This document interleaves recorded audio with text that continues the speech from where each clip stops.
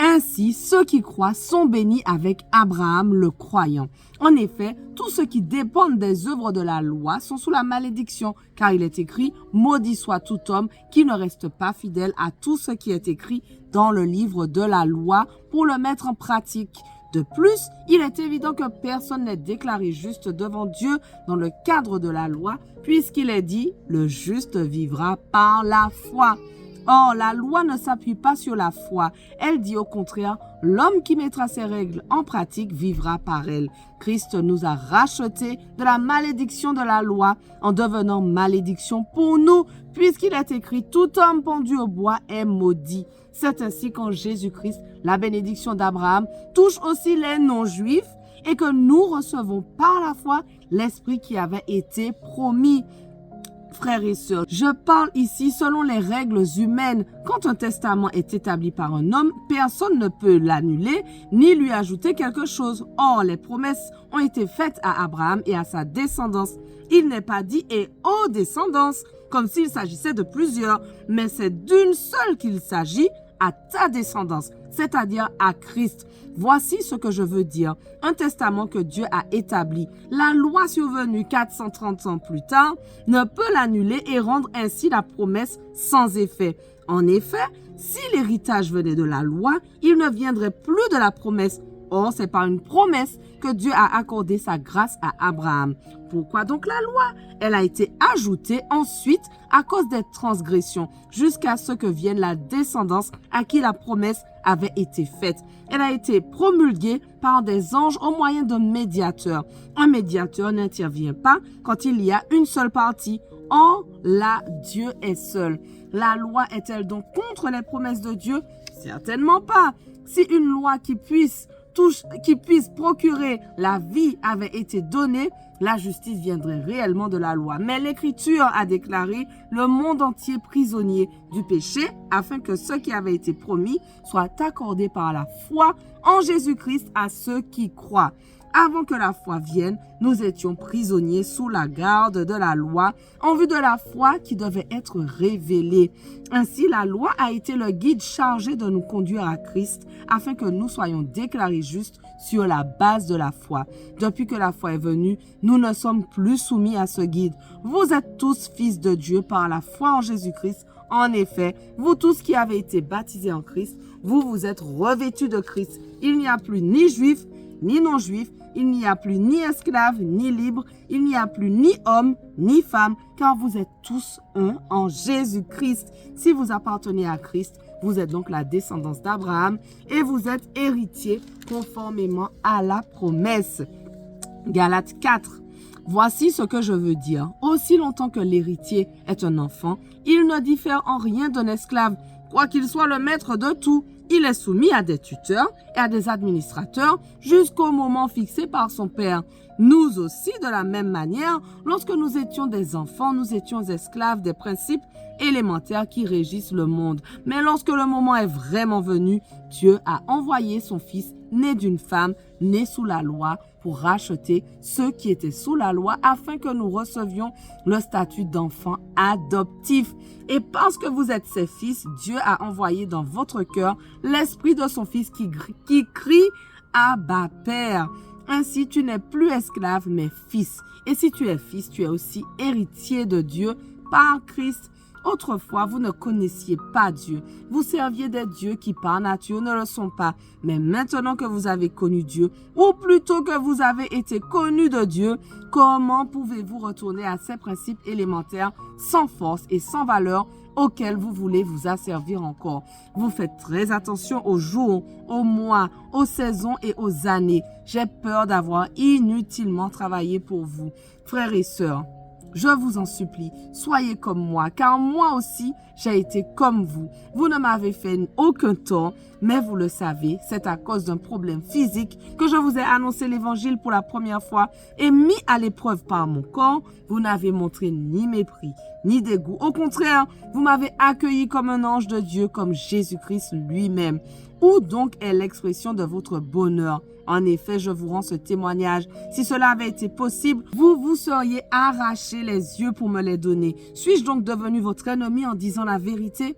Le zèle que ces gens manifestent pour vous n'est pas pur, mais ils veulent vous détacher de nous afin que vous soyez zélés pour eux. Il est beau d'avoir constamment du zèle pour ce qui est bien, et pas seulement quand je suis présent parmi vous.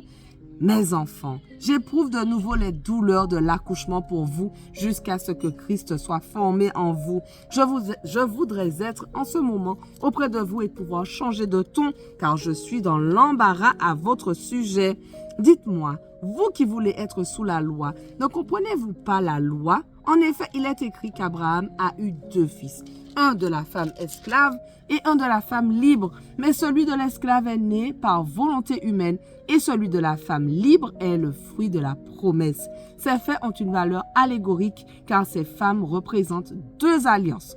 L'une vient du mont Sinaï et donne naissance à des esclaves, c'est Agar. En effet, Agar, c'est le mont Sinaï en Arabie et elle correspond à la Jérusalem actuelle qui vit dans l'esclavage avec ses enfants. Mais la Jérusalem d'en haut est libre, c'est elle qui est notre mère. De fait, il est écrit « Réjouis-toi, stérile, toi qui n'as pas eu d'enfant, éclate de joie et pousse des cris de triomphe, toi qui n'as pas connu les douleurs de l'accouchement. » En effet, les enfants de la femme délaissée seront plus nombreux que ceux de la femme mariée. Nous, frères et sœurs, comme Isaac, nous sommes les enfants de la promesse. Le fils né par volonté humaine persécutait alors celui qui était né grâce à l'esprit. Et il en va de même maintenant encore.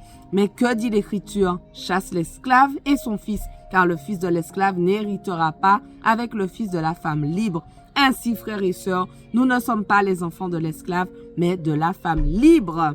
Galates 5, c'est pour la liberté que Christ nous a affranchis. Tenez donc ferme dans cette liberté et ne vous placez pas de nouveau sous la contrainte d'un esclavage. Moi, Paul, je vous le dis, si vous vous faites circoncire, Christ ne vous servira à rien. Et j'affirme encore une fois à tout homme qui se fait circoncire qu'il est tenu de mettre en pratique la loi tout entière. Vous êtes séparés de Christ, vous tous qui cherchez à être considérés comme justes dans le cadre de la loi. Vous êtes déchus de la grâce. Nous, c'est de la foi par l'Esprit que nous attendons la justice espérée. En effet, en Jésus-Christ, ce qui a de l'importance, ce n'est ni la circoncision, ni l'incirconcision, mais seulement la foi qui agit à travers l'amour.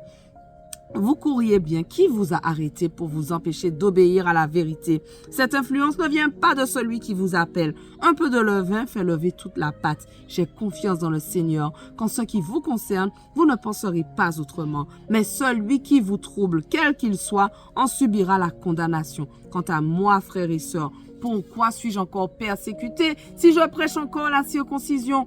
Le scandale de la croix est alors supprimé. Puisse-t-il même se castrer ceux qui jettent le trouble parmi vous?